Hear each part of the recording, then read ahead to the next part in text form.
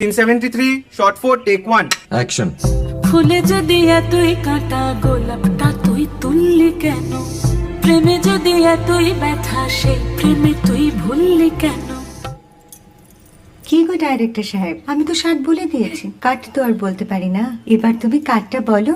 Got it. Excellent shot, excellent. Madam আপনার সাথে একজন দেখা করতে এসেছে। নমস্কার, নমস্কার। বসুন।